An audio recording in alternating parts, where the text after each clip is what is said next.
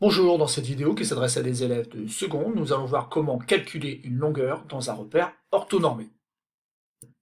Donc pour découvrir cette propriété qui permettra de calculer la longueur d'un segment AB, j'ai choisi ici un point A de coordonnées 3, 2 et un point B de coordonnées 7, 5. Tout ça bien sûr je l'ai représenté dans un repère qui est un repère orthonormé, c'est-à-dire notamment qu'ici il y a un angle droit et que la longueur OI et la longueur OJ sont égales. Et cet élément est très important car il permet justement d'avoir un quadrillage avec des angles droits. Et donc il y a une idée qui vient assez rapidement, c'est d'utiliser tout simplement ce triangle-là, qu'on peut appeler triangle ABC, qui est en fait un triangle rectangle en C. Et donc le réflexe qu'on doit avoir, c'est de pouvoir utiliser donc le théorème de Pythagore dans ce triangle rectangle en C. Et en effet, ça marche assez bien, puisqu'en fait ici, il n'est pas difficile de connaître la longueur AC, puisque c'est ce qui permet de passer de 3 à 7, autrement dit ici, il y a 4, c'est l'écart qui est entre 3 et 7, et sur l'axe des ordonnées, en fait ici, j'ai 2 et 5, donc en fait ici j'ai 3. Donc un rapide petit calcul nous dit que tout simplement la longueur AB au carré est égale donc par le théorème de Pythagore à AC au carré plus CB au carré. Bon, ça fait quelque chose d'assez classique, puisqu'ici ça va faire donc 4 au carré plus 3 au carré, qui donne bien 16 plus 9, qui donne 25. Et donc, AB est égal à racine carrée de 25, soit en fait 5. Donc par le calcul, je viens de trouver qu'en fait ici, la longueur AB était égale à 5. Bon, c'est d'ailleurs quelque chose que je peux vérifier tout simplement en utilisant l'option ici de GeoGebra qui permet de mesurer la longueur AB. Donc vous êtes d'accord, ça fait bien 5. Donc je n'ai pas fait d'erreur. Petite chose aussi qu'il faut remarquer, tout ça repose uniquement sur le fait que mon quadrillage est fait avec des angles droits et que la longueur OI est égale à la longueur OJ. Une petite manipulation, on va tout de suite voir que c'est super important, notamment ici, si je m'amuse à déformer mon repère, vous voyez, ce que je viens d'écrire ici, là, 5, non, ça ne correspond plus à la longueur que me donne GeoGebra, ça me donne 5,7.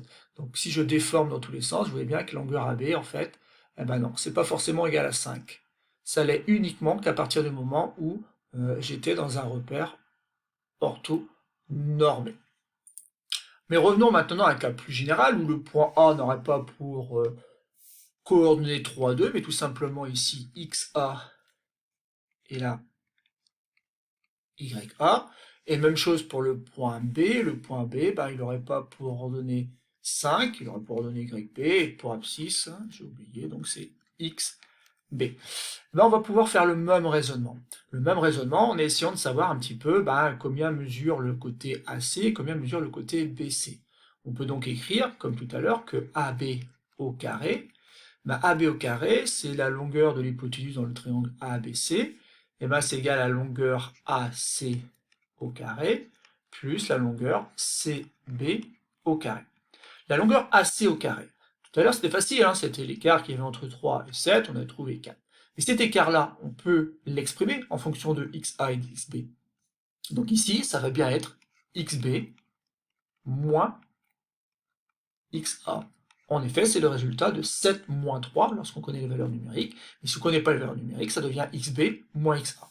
Alors là, bien sûr, il ne faut pas oublier le carré, puisqu'on utilise le théorème de Pythagore. Et on fait la même chose pour les ordonnées.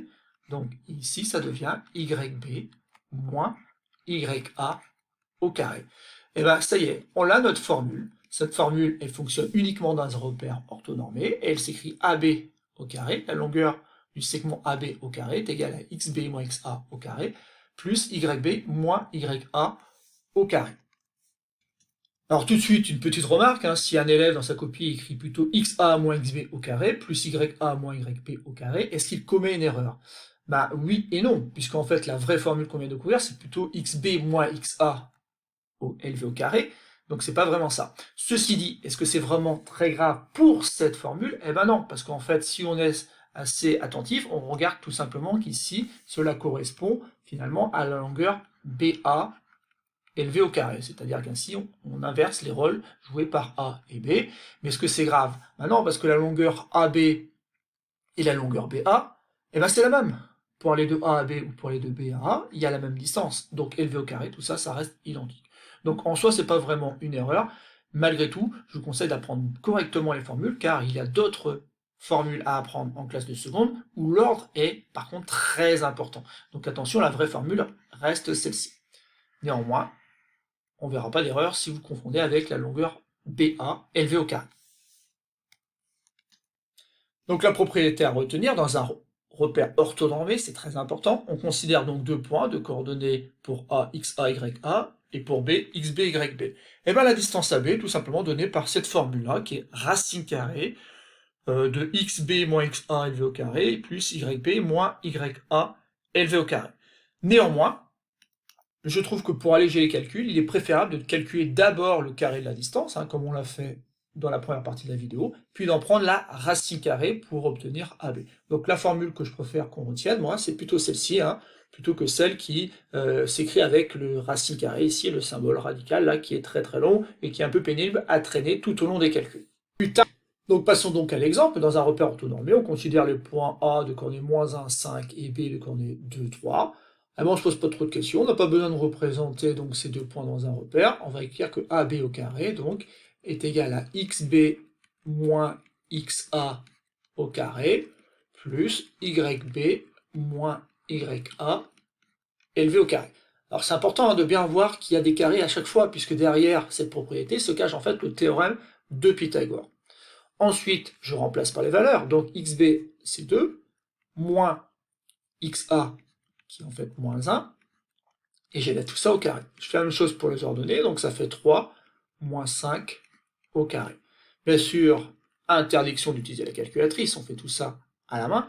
Autrement dit, ici 2 moins moins 1, et ben ça fera 2 plus 1 qui donne 3, 3 au carré, plus ici 3 moins 5 élevé au carré, donc ça fait 3 moins 5, donc moins 2 au carré. Voilà.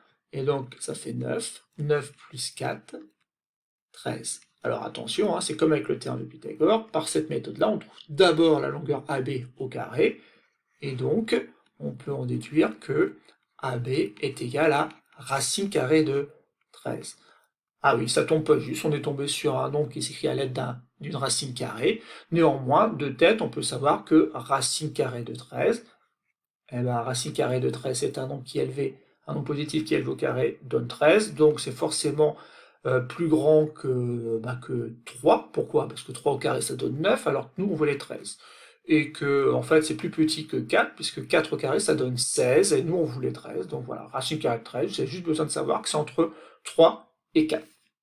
Voilà, c'est tout pour cette petite vidéo. Une dernière fois, si on avait inversé XB et XA ici, ça n'aurait pas d'importance, puisqu'on aurait quand même trouvé 13, et ensuite racine carrée de 13. Maintenant, je vous conseille de faire des exercices d'application, afin de bien vérifier que vous avez bien retenu cette formule. Il faut surtout avoir en tête que ça vient du théorème de Pythagore, et donc vous n'oublierez pas les petits carrés ici.